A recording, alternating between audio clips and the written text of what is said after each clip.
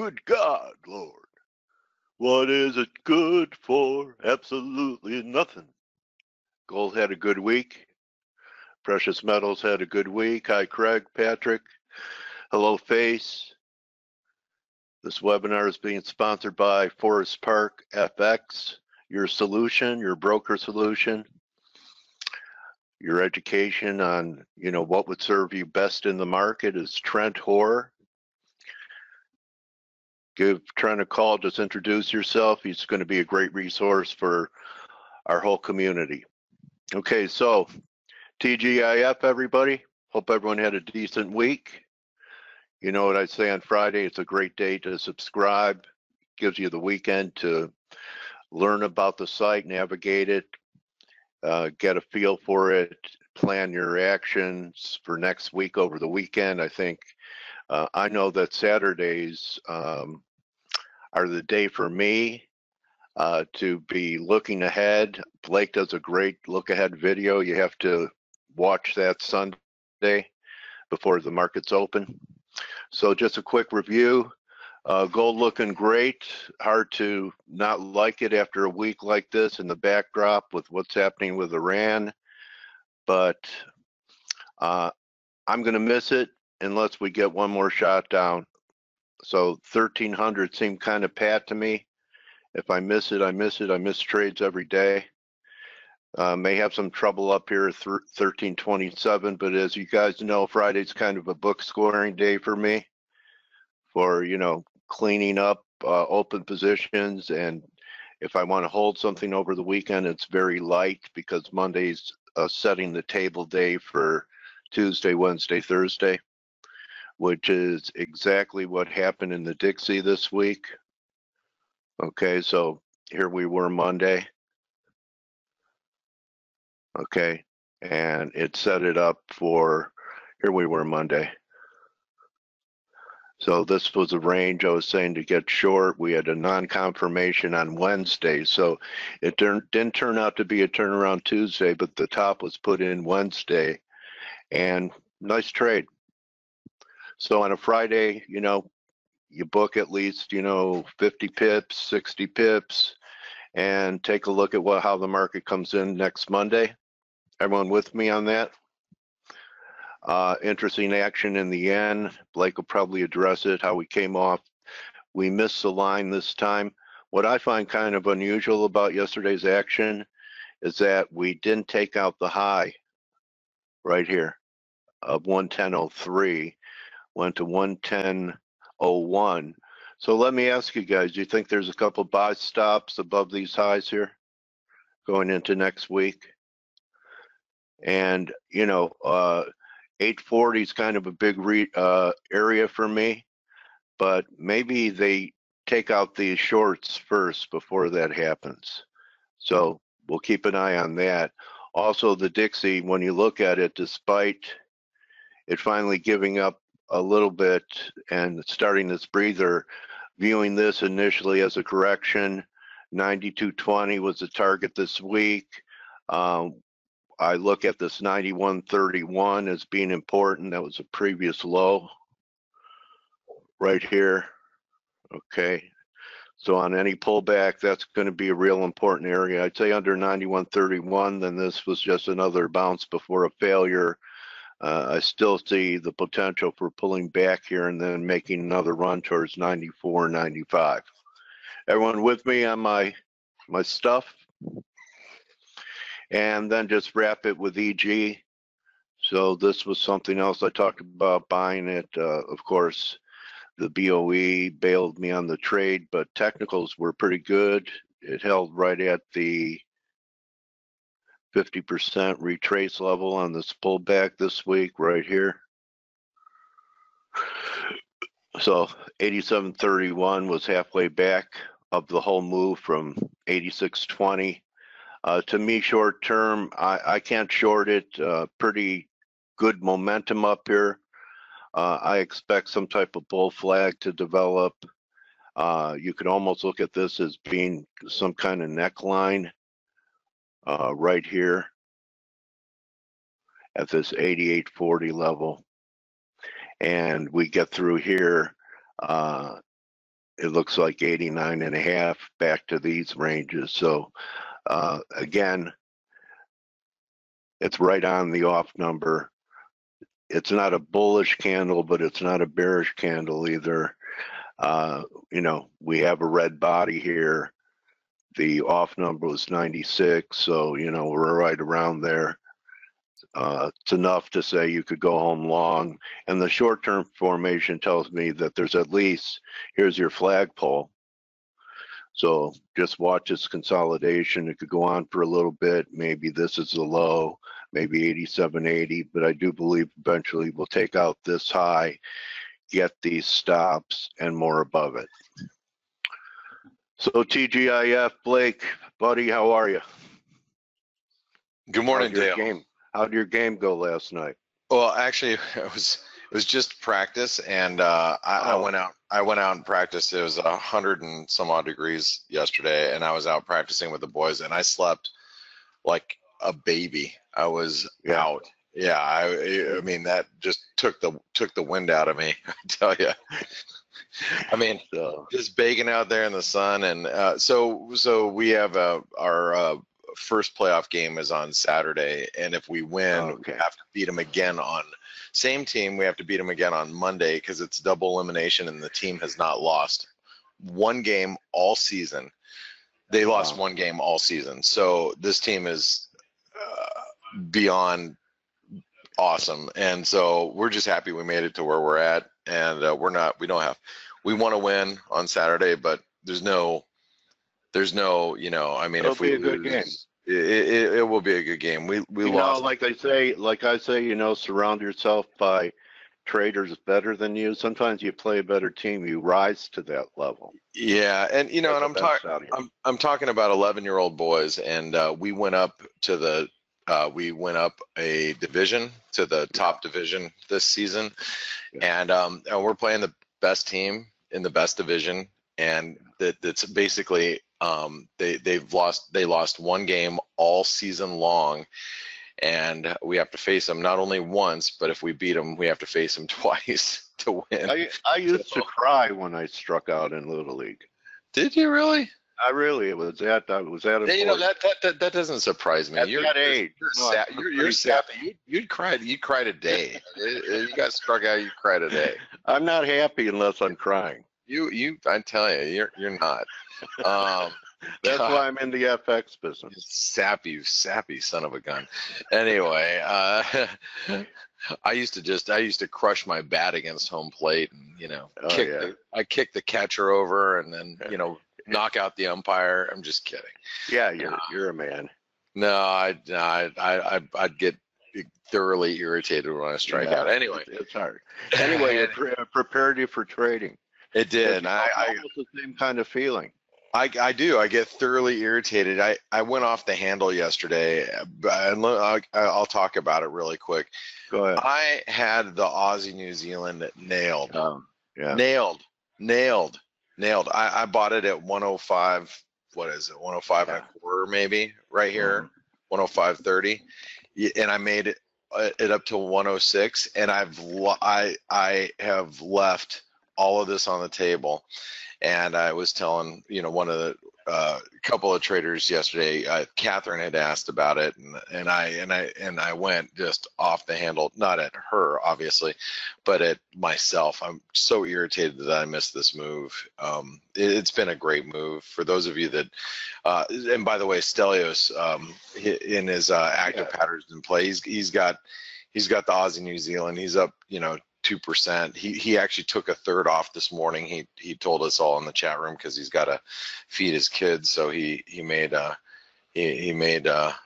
some money and pulled some profits out. But really great trading on Stelios's behalf, and I tell you, we're right up against some resistance here. So you know, would I be a buyer now? No. And just so you know, I still think the Aussie New Zealand is heading back up here to 112.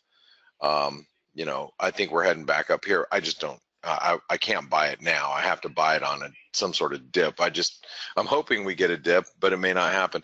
But that's neither here. You had to be lucky. It was all central bank. Yeah. I mean, you had to be lucky, or you know, I was thinking about what Andre does with it's a trailing, I forgot what kind of stop he calls it after he takes off half his position.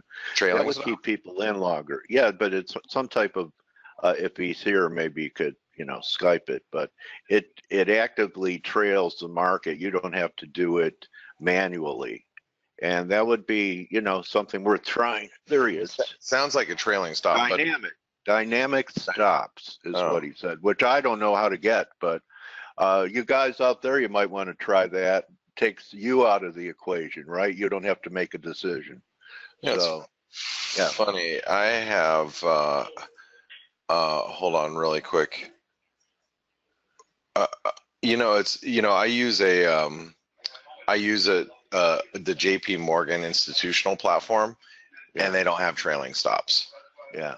I mean, that just shows you that institutional traders Don't do that. They manually trail their stops themselves because you have to be so in tune when you're trading, as big of positions as we do, that you have to manually do it, and you should be paying attention. They don't automate that type of functionality. Yeah.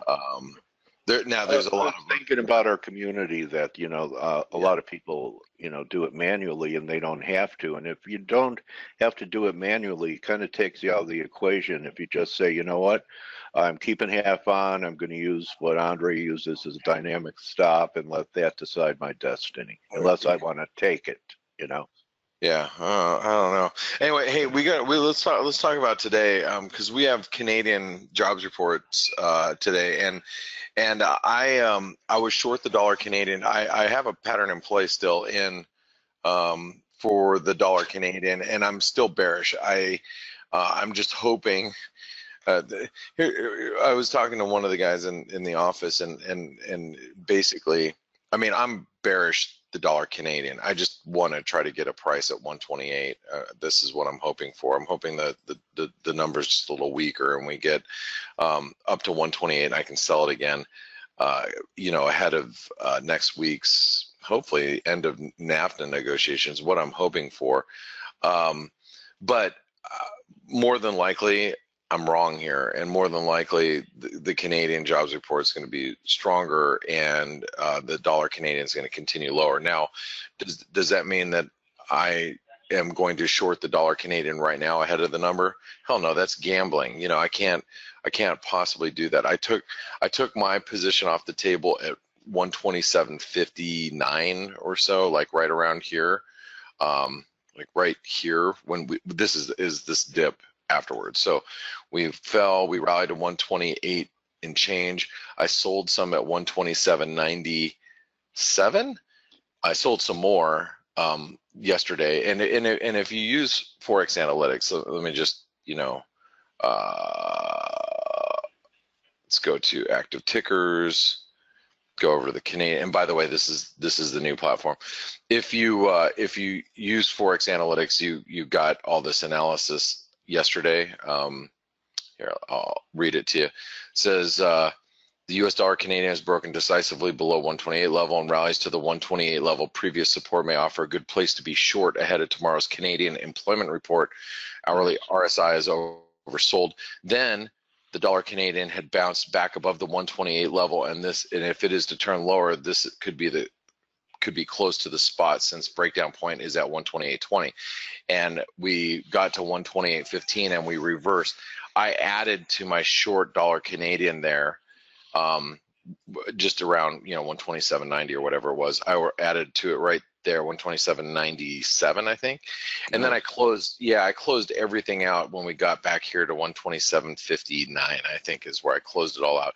So I'm not short now, which I'm still with a bearish bias, and I still believe that any rally to 128 should be sold. I'm hoping the Canadian data is just slightly weaker and we can get up there. I hope, but that doesn't mean it's going to happen. And let me, this is the point I wanted to make with the guy that I was talking to in our office, is that if the Canadian jobs report is slightly above or slightly below expectations, it doesn't matter. The dollar Canadian tends to have a pretty big move. So we're expecting to create 17,000 jobs. Yeah, 17,000 jobs is the number, and unemployment at 15 or 5.8%. Excuse me. If that number comes in at 22,000 jobs that we create, the dollar Canadian's probably going to slump 40 or 50 pips. And if we miss the jobs report by, let's say, 10,000 jobs and we create 7,000 jobs, the dollar Canadian will probably rally to 128. It very rarely do we see a benign response from a Canadian jobs report. It could be slightly above or slightly below, and you're still going to see an exaggerated move. I can't remember the last time. I honestly cannot remember the last time the loonie moved less than 20 pips after a jobs report. It's not like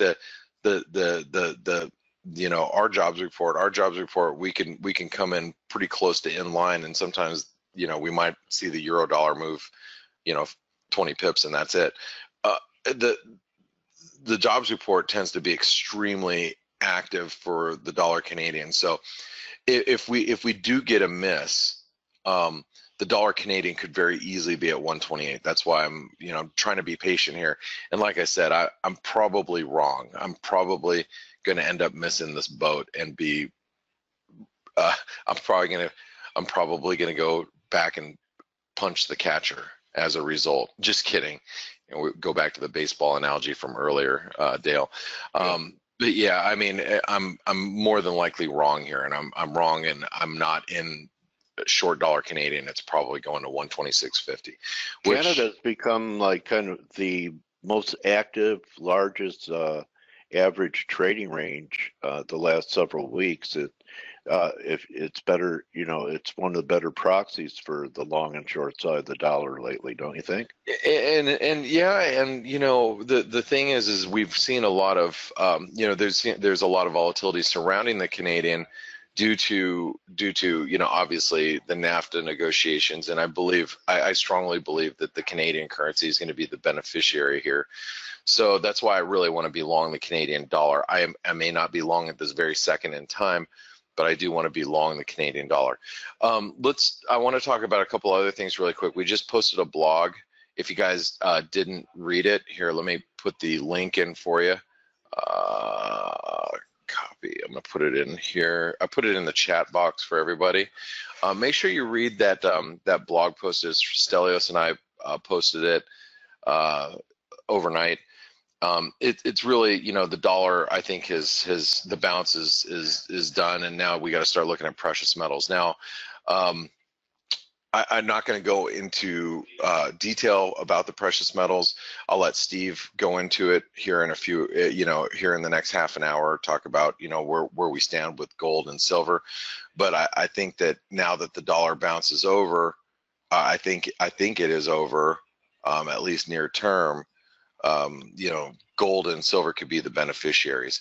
Now, what I really want to talk about though is I have established a small dollar yen short, and I am looking to add because if gold bounce, I don't trade precious metals all the time. Very rarely.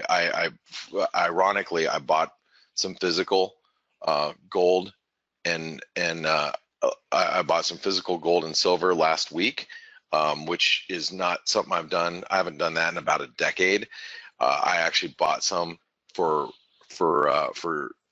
longer term investments, but from a spot gold silver, I don't trade it that often. But I'll tell you what I do trade a lot is the yen, and if gold and silver do bounce, that's telling me that I should be short the dollar yen, and the dollar yen. We do have a double top here, and I want to, it's setting up anyway, the double top is setting up, but we are still challenging that underside of that trend line. So as long as we stay below 110, I've got to remain as a potential short. Now, the chart that really has my attention right now is not the 10-year yield, which is the yield, but really the bond market. And I'm watching this descending wedge. I know the market is extremely short. So if the dollar yen, or excuse me, if the bond market breaks back above 119.20 and 23.30 seconds or whatever, or we break above 120 specifically, right here is like the big kahuna for me.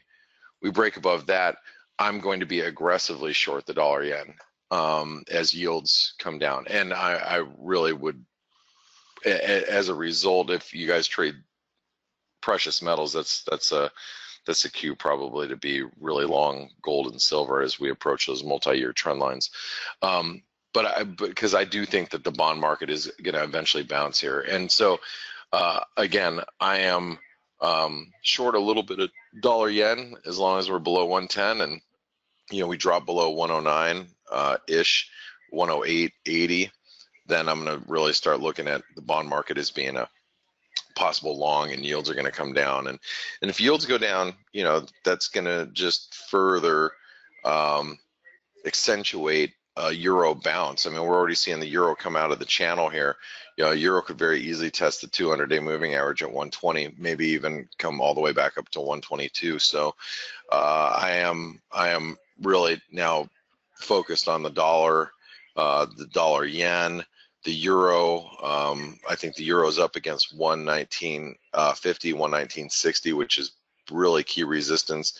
Even currencies like the Kiwi is shaping up now, and even the pound looks a little bit more bullish. The pound has had a really nice bounce after yesterday's, Bank of England decision, and the cable, is at risk of also squeezing a little bit here. So I think the dollar is at risk of a full further pullback, and I think precious metals could continue to rally, and I think the yen can strengthen. And I don't know what that says about stocks. Stocks still look pretty bullish here, but I think the stock market, the S&P goes up to 2760, but it's only 40 points away. I mean, and I might be wrong. We might just reject here near current levels, and look at a possible reversal. So that's how I feel about the majors right now. And yeah, and the Canadian, I guess I should point out a couple levels ahead of the Canadian jobs report. So I am looking to sell 128 if we can get it. That's a big if at this point. If we can get this. Whoops. If we can get this 128 level, that's where I really want to be short today. But on a good number, we have this 127.06, which is a 618 retracement, and then really the breakout point from over here. If Canadian numbers are really strong, we might blow right through 127 and see 126.25. If Canada puts in a really strong number, because you have to realize, once we get past the NAFTA agreement, the Bank of Canada is going to become uber hawks, and we're going to start to see rate hikes come out of Canada really fast. And so a strong jobs report is just going to feed into that assumption. So what was that harmonic pattern you had up in S&P's, Blake? This would be a Gartley or close to. I'm not a harmonic expert, but this would be a Gartley pattern if we get here to right. Oops, let me delete that really quick. If we get up to so that would be a short up there at that point where it meets up there. Yeah, it'd be a short right here around 2750 or so, or if we surpass it, then you're talking about a butterfly pattern, which could take us really it's up. Now it looks like Rodin. You don't remember Rodin? No. It was a giant, monster bird that when it flapped its wings, the cardboard cities would collapse. Oh, isn't that similar to Godzilla? It was like early creature features, Rodin. Right.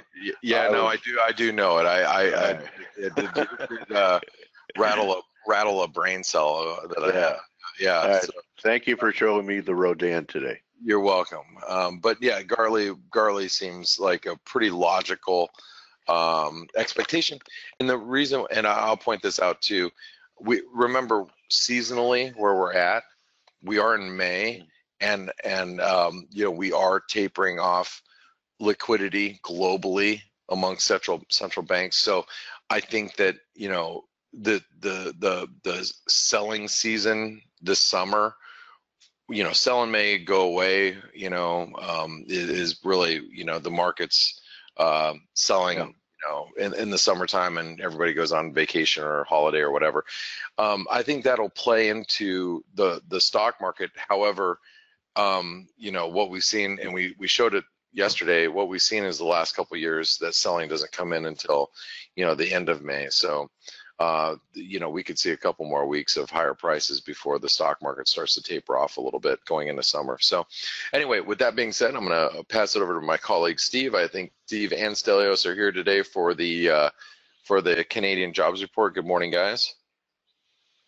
And Joe. Hey Blake, good morning. Hey, and Joe's here too. Hello. We actually have Joe with us, so we can have a very fast look of you know, Canadian data and the Canadian response, and then we can pass it to Joe. People might have seen him on Bloomberg on, you know, the past Friday, exactly a week ago.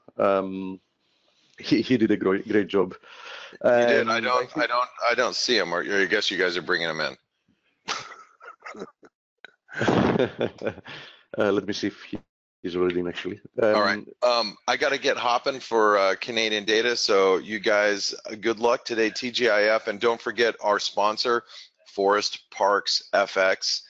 And make sure you get in touch with them, especially if you guys have any questions about your current broker. They can, even if they can't find you a broker, they could probably answer a lot of questions that you may have. So make sure you reach out to them. They are located, Steve will show you on the reimbursement page that their email address is down at the bottom there. I think it's brokers@forexanalytix.com, and they're there to field questions from you. So thank you to Forest Parks FX and TGIF, everyone. Have a good weekend, Blake. Thank you. Thank you, Dale. Thank you, Steve. And thank you, Stelios. Thank you, Blake. Thank you. So, Stelio, we have Canadian job data. Let me grab Joe, by the way, so we have him ready. We have some US data as well, but not as yeah, nothing major. really. Yeah, nothing really major. Export and import price index in Michigan later on today. But yeah, Canadian is going to be the big one. Okay, I think I found actually Joe. Let me bring him in.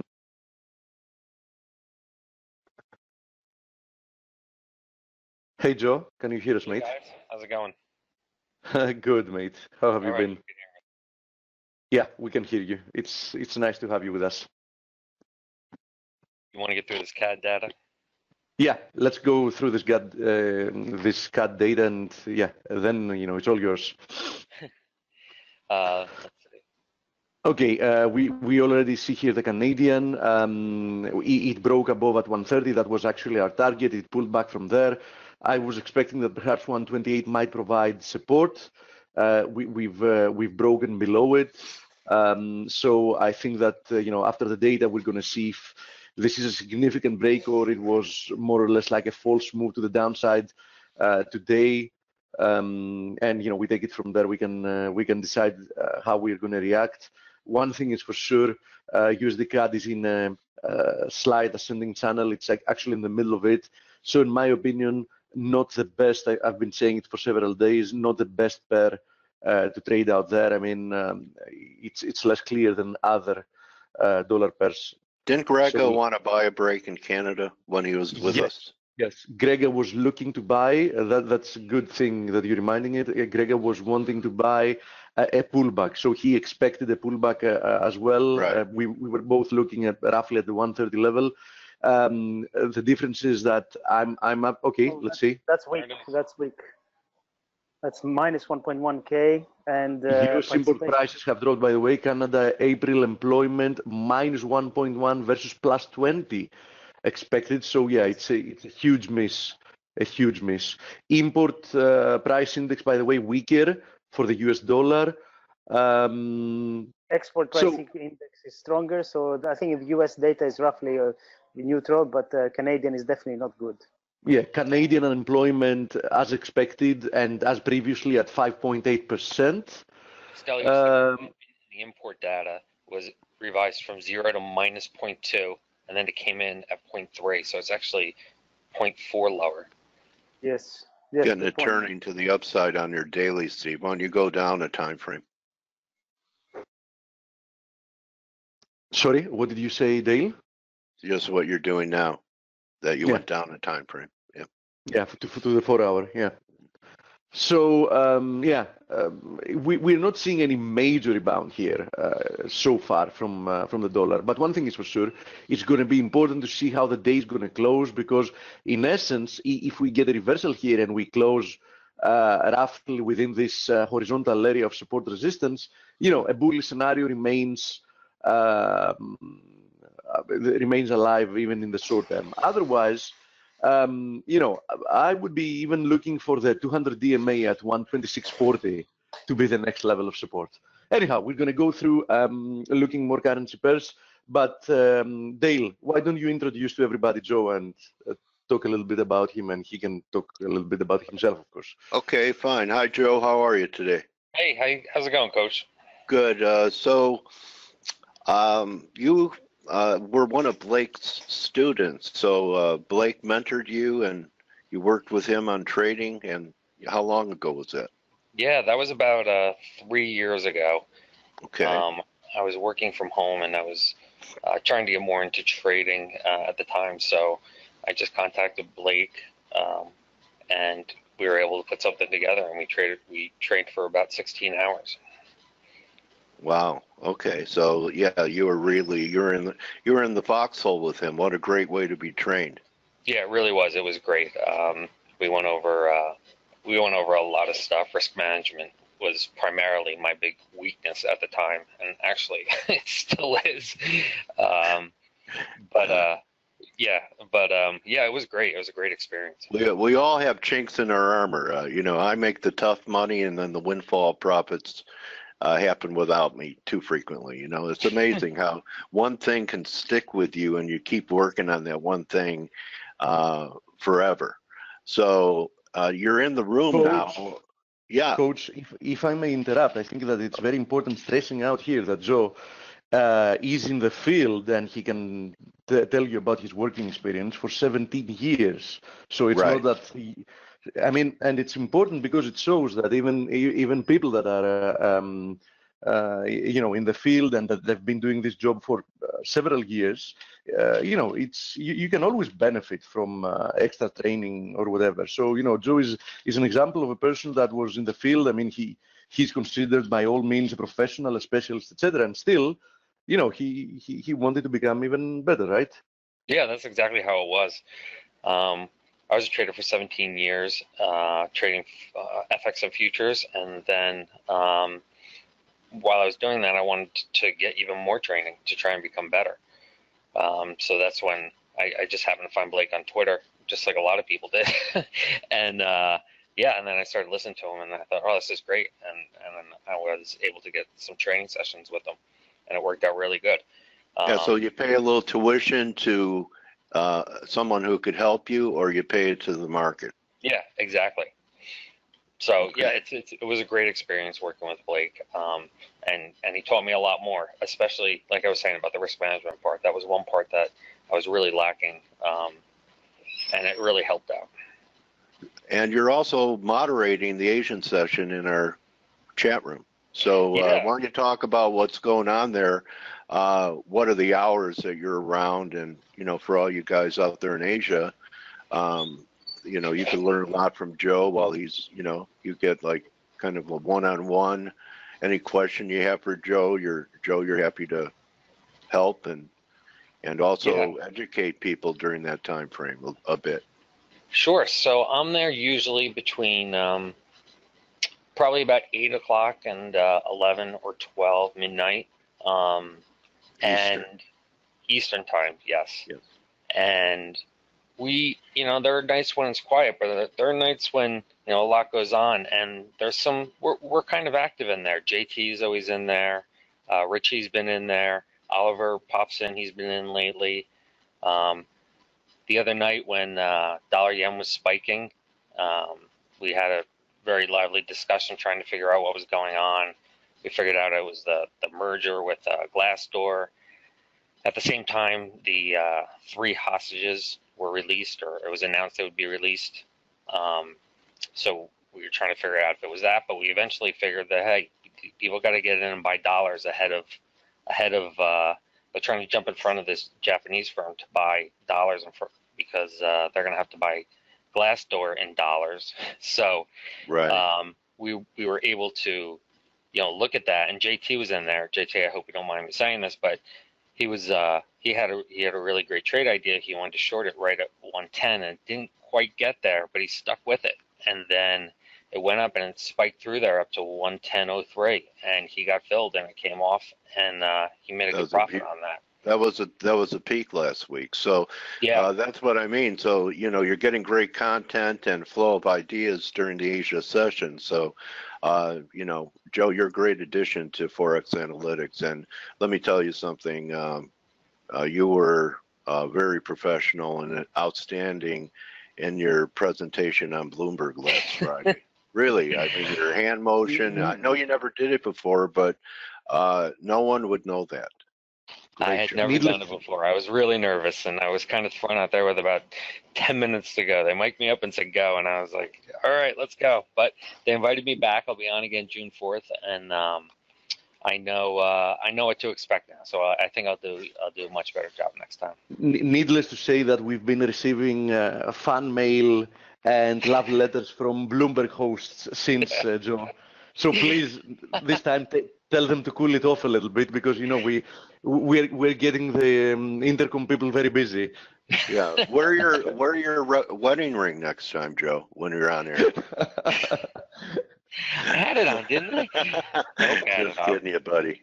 All right, well, Joe, great to have you on the ForexAnalytix team, and Face. If you're not a subscriber, what happens here in our webinar happens, I'd say a good 18 to 20 hours a day throughout a lot of sessions. I don't know what happens, probably, it looks like we pretty much have the globe covered with you in Asia and Stel and Steve in Europe, and then we come in for late Europe and US. So, and then after Face is over, there's 100 people that trade for, seriously, it's not a hobby, in the chat room after Face is over. So you have a lot of coverage here being a member. Yeah, almost around what the else clock. happened? I was just gonna say, what else happened, Dale? When last night the yen was moving and there were a bunch of alerts that went out, so people were jumping in the chat room just to see what was going on. So we were there, and that's another great advantage of being in a chat room, is they see these alerts and then they pop in, they're like, what's going on? And they could see, we could discuss it and figure out what we think is going to happen next, or what you think is going to happen next, and try to come up with something. Well, Joe, thanks so much for coming on today, buddy. And Thank you. Glad that our paths crossed, and thanks for filling the gap in Asia for everyone. Yeah, no problem. My pleasure. Thank you. Okay, everyone, that's Joe Perry. You can find him in the Asia session. Get to know Joe. Only, actually. Not only in the Asian session. He spends a lot of time there, even early European times and US session, you see him. And so, yeah, Joe is moderating mostly in the Asian session, but he's there for many hours per day. Okay. So you're ready? Perfect. So you want to do your thing now, Steve? Absolutely. Dale, I think that we correctly identified a couple of days ago, and Blake, once again, because we obviously have to recognize that, once again, he had a very predictive week ahead video on Sunday. He was talking about looking for a dollar pullback. It came a couple of days later. We saw the first signs on Wednesday. Then we got follow through on Thursday. We're getting continuation now. The Euro USD, as you see, is popping its head above the 193, 119.30 area of support, now acting as resistance. Even the cable, despite the very bearish, the very dovish, in a sense, BOE is attempting to rebound higher. In any case, I think 137 here would be an excellent opportunity to align ourselves with the trend. I doubt that it can make it past 138, under more or less any circumstances I can predict. We're even seeing here the Aussie USD. This is a very nice, very clean morning star formation.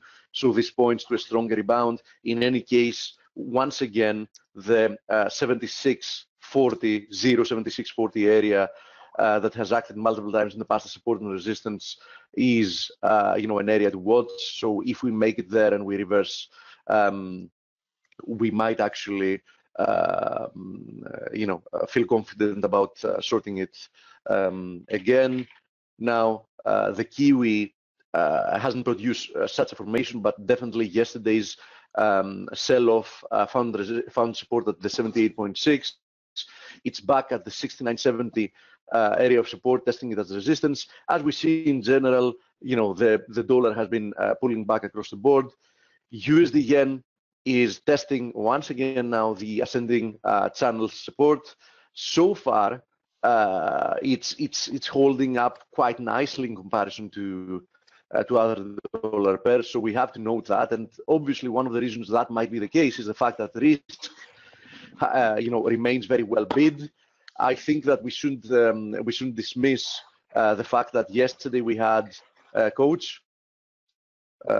You wanna mute your microphone? I think he stepped up for 5 minutes, so we're going to get some background noise. It's all right. That's okay, Stelio. I just muted him, right to him that he should he should write back to unmute him. Okay. Cool. So definitely risk broke out from this descending trend line. You can, in essence, from this triangle. In my opinion, that's quite important. It gives more confidence. We also registered a higher high after a long time. You can see it. We surpassed this 27, 16, 17 high, whatever this was. So I do think that if we close the week above that level, so in essence, if today we hold at current levels or even push higher, it's going to be something that traders will be looking during the weekend, and I do think that it can have a major effect. It can strongly influence decisions about next week and positioning. So I'm closely monitoring this. I was, if you remember, I said at the beginning of the week as well that I think that the correction in time has been quite significant. So that makes me feel even more confident that a break to the upside has now somewhat higher chances of happening than a reversal to the downside.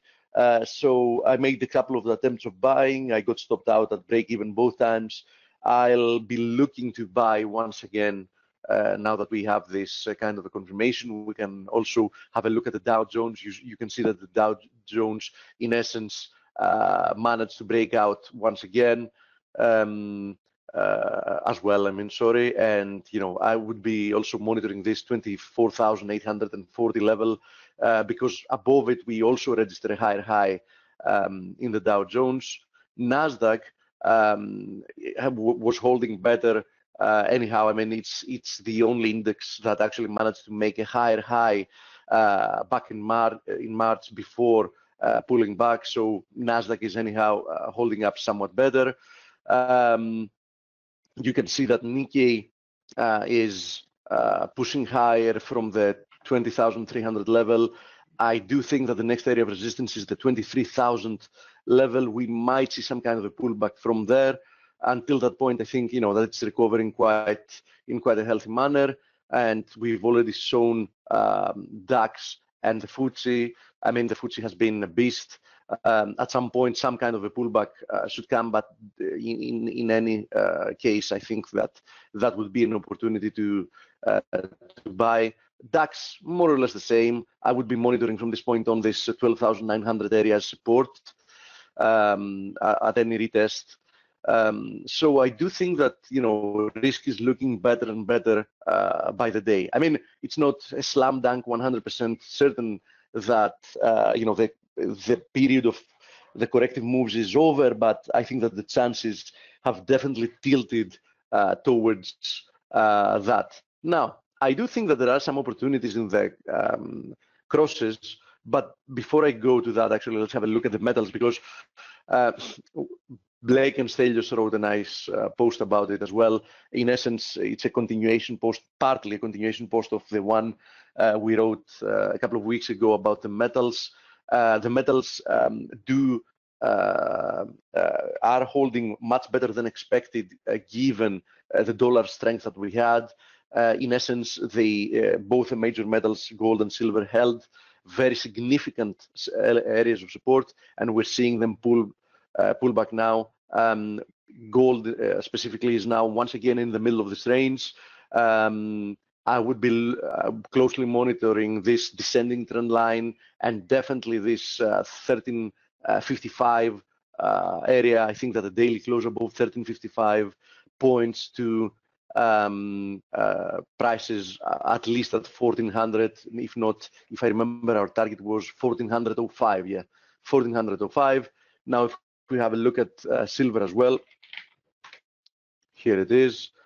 Found nice support here. If I zoom out, you can see that it has pulled back again in the middle of this triangle. Obviously, we're nowhere near, you know, registering some kind of a breakout. But as long as it's holding, you know, the chances of a break to the upside are, you know, in my opinion, quite significant.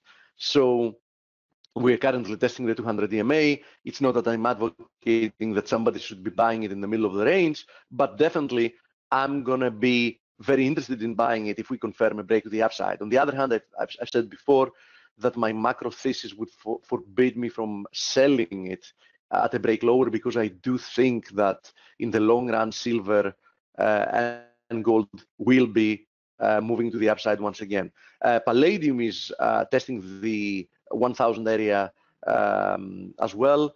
I do think that the recent price action is pointing to some kind of a consolidation. So, you know, I made an attempt of buying it when it dipped down to 1000, and, you know, I closed it at the pullback because it was obvious that, you know, it had more to the downside to go, and, you know, that was the case. I'm not eager to buy it yet, because I think it might need to consolidate a little bit longer, but I will be looking into buying it at some point once again, because, you know, the fact that we pulled back in an ABC so far and this ascending trend line held is definitely something that I cannot take out of my mind. I mean, as long as this trend line is holding, I cannot let myself you know, be bearish, not close to support anyhow.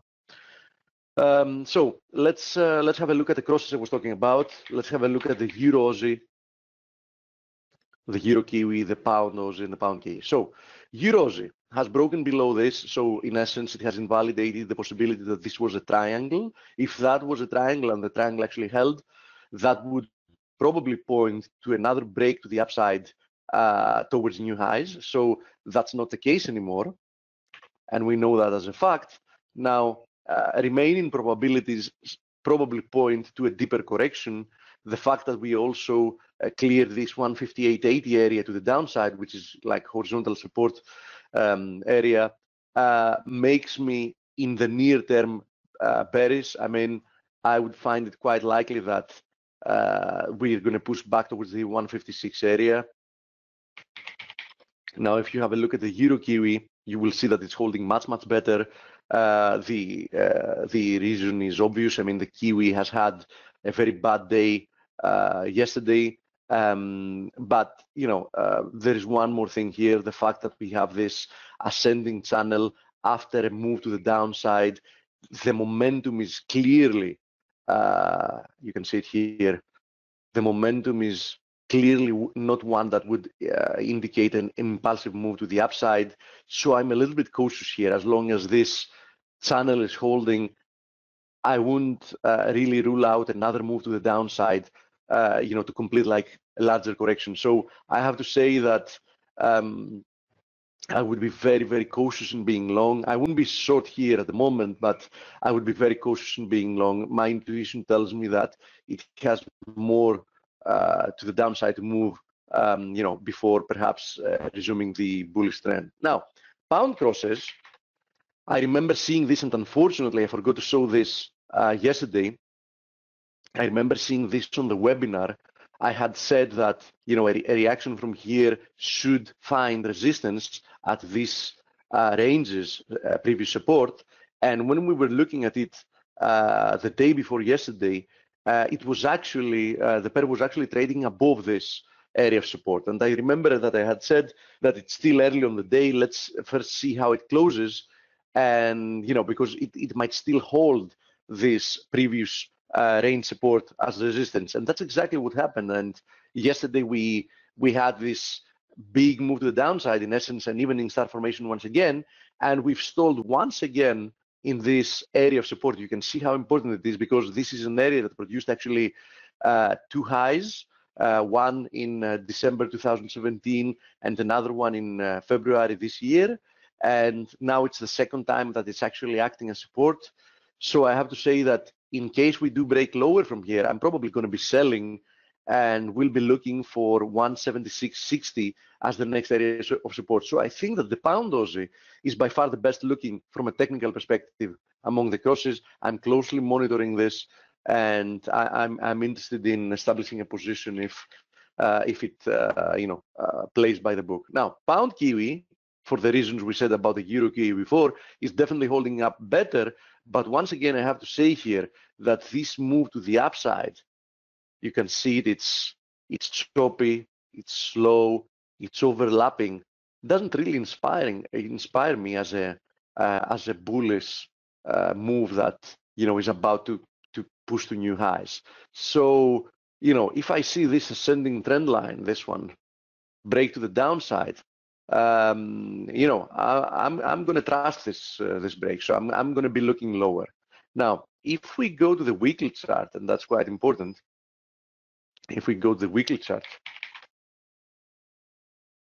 don't forget that the euro Kiwi has already broken below an ascending channel. You can clearly see here that there is an upside momentum loss. And if we have a look at the euros, and this is very important, especially on the weekly chart, you can see that this whole move to the upside can be very clearly seen as an ascending wedge, right? RSI is also clearly diverging on the weekly chart. So we're not there yet, but if we do break below this ascending wedge, I think that we might see a much, much deeper pullback.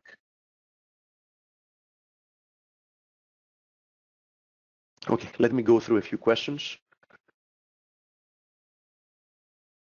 Do you think that the chance of USD CAD is less now with employment? The chance of what, mate? Because you're not stating here the chance of doing what? Of moving higher or lower, you mean? Let's have a look at it once again, by the way, since some time has passed. USD CAD. Here it is. It's trying to hold this little area. The chances of it going lower. I'll tell you something. I would really not get involved with USD CAD. I mean, the only thing I had high conviction of is that this consolidation here would end up breaking to the upside, because this was a diamond formation, and I did believe that it's going to produce one more high towards 130. I had said it multiple times.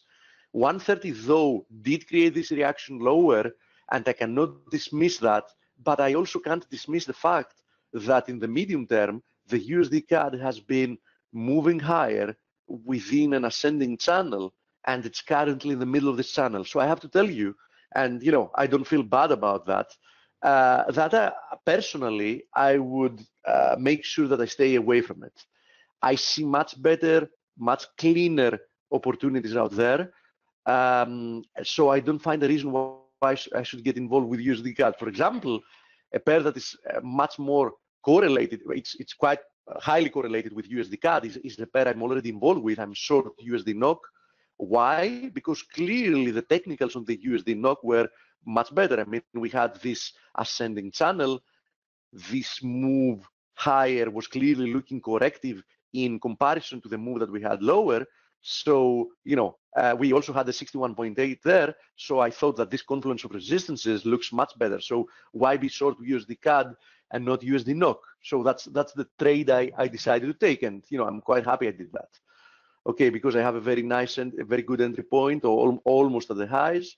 And, I have no risk anymore on the table. And I'm hoping that we're going to see now that we're closing below the psychological level of 8. I'm hoping that we're going to make it down to the 786, 787 area. That's going to be a nice area to pull some profits from the market. So, for example, among the two of them, I chose to be involved with the USD NOK. So, I find no reason to be involved with something that doesn't look that clean. We have a question about the USD Swiss. Yes, Delio? Our friend Alex is asking if our calendar has Draghi speaking in about half an hour or something like that. I do see that, and actually had a look at what it is, and he's speaking somewhere in Florence about some, it's a State of the Union in Florence in Italy. So he's speaking, but I don't know how important it's going to be or how much he's going to talk about rates or something relevant. Speaking about that, let me show our new platform, and saying that we're working with investing.com. So our new platform as well will have, with the ability to use filters, etc., the investing.com calendar. The reason we used the investing.com calendar is because genuinely we believe that it's the best out there. You can even press on something and see further details, as you see here. So don't forget that our platform also offers you a calendar to use among other tools, and we're actually looking into enriching the tool set in the near future. Okay, Stelio, thank you. So let's have a look. Let's have a look at the USD Swiss, and we have to say here that the USD Swiss produced a very nice reversal yesterday. It was an outside day. It was a nice signal. Coach? Yes, I'm here. Yeah, we can hear you. So I said it a couple of days ago. I think this ascending channel was a good place to be looking for a high.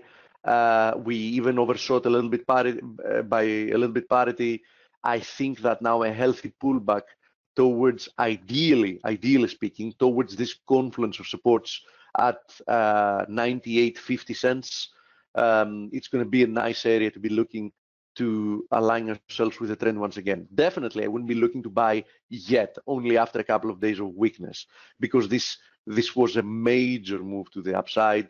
So, after so many days of a relentless bid to the upside, I think that it's only logical to be looking for at least a few days of a pullback. Okay. Coach, who do we have today for an interview?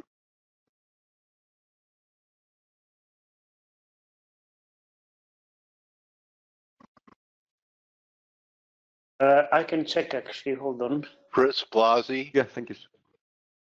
Okay. Can you hear me? Yeah, we can hear you. Okay. Is he already here? No. Okay. Let me know. Okay. Okay. So, do we have any more questions? Actually, something. Let me also show Bitcoin and Ethereum, because we haven't had a look at them for some time. Okay, Bitcoin and Ethereum, both of them actually managed to break out, several weeks ago from their descending channels, which definitely was a move that led into, let's say, a more neutral outlook and stabilization. But the fact that the Bitcoin has been rejected from the 61.8 and the 200 DMA is definitely not a positive one. I personally remain neutral as long as it's above $6,500. but I have to tell you that it's definitely not bullish yet. Ethereum, on the other hand, yes, Elio? Steve, sorry, I was just going to say, just in case people are not aware, the main reason why cryptos are selling off the past couple of days is that NVIDIA revised their forecast in terms of future demand for their chips, and they revised the demand from mining, mining machines basically much lower.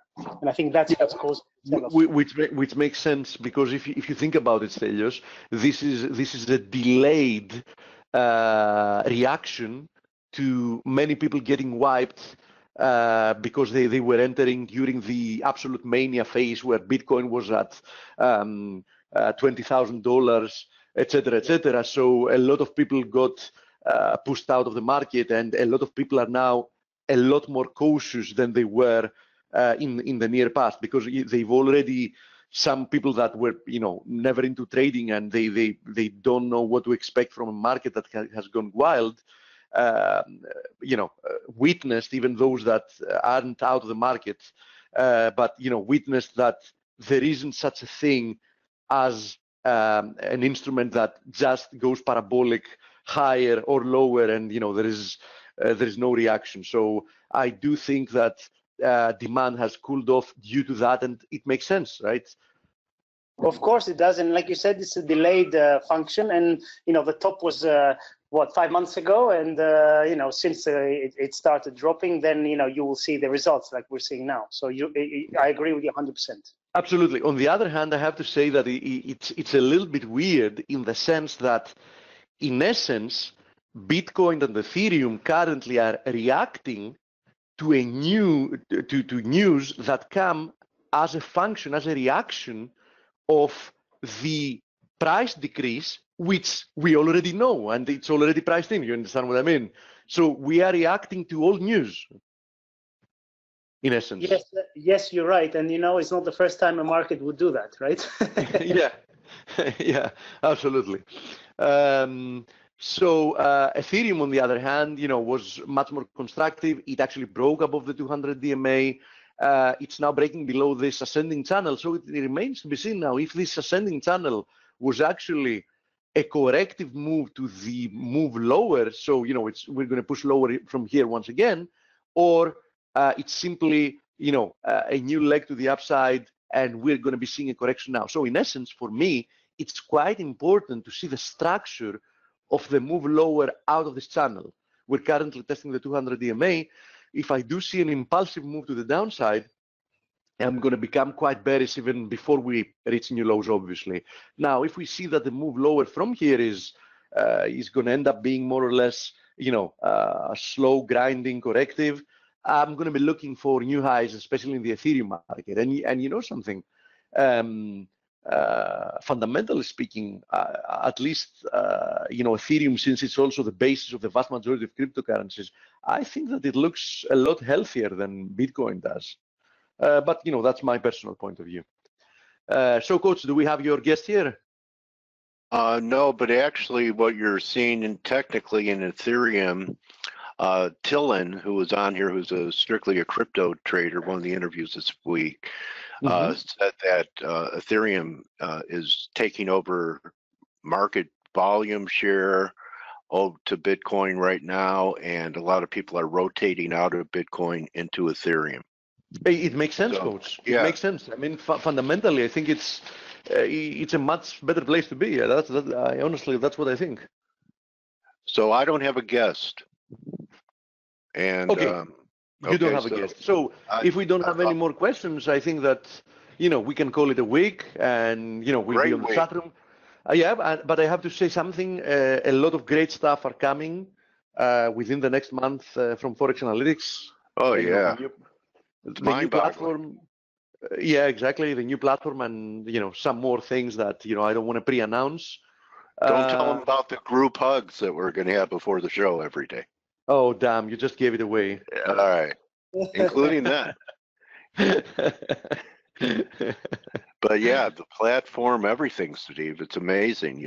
Joe, I mean, I just look at how the staff has expanded from over a year ago. you know? Yeah, absolutely, absolutely, absolutely. And we're very grateful because people do recognize the work we've been doing, and we are doing better by the month, and the community knows that we're trying to do our best to just live up to the expectations, right? Yeah, best free or paid webinar on the net, in my extremely accurate and humble opinion. Anyone out there agree with me?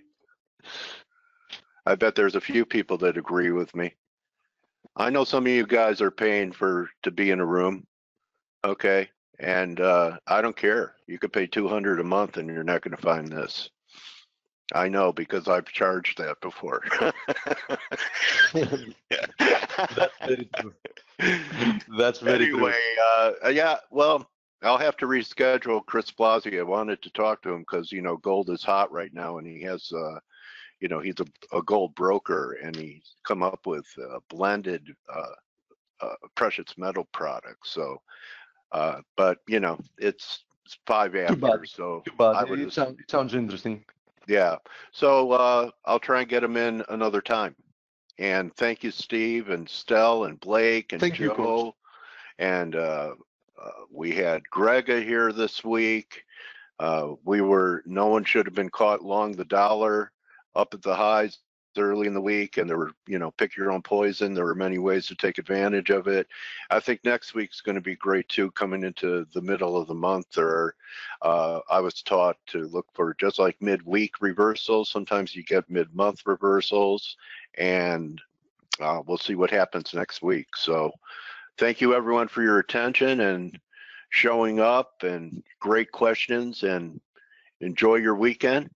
And most of all, and this includes you, Steve, don't just count your pips, and I know you're counting plenty of them this week. Count your blessings. And you probably even have more blessings than pips. So everyone, you're very welcome, Al, Craig, Assad, and we'll see everyone Monday. Don't forget to sign up today so you have the weekend to navigate it, lock in these prices, and also pay attention to Blake's look at the week ahead. All right, Kareem, you have a great weekend too. Adios. See everyone on Monday.